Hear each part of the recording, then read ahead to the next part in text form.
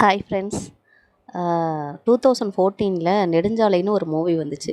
அந்த மூவியில் பார்த்திங்கன்னா இந்த மாதிரி ஒரு ரஸ்ட்டான வெஹிக்கிளில் வந்து ஹீரோ கொள்ளையடிக்கிற மாதிரி வரும்.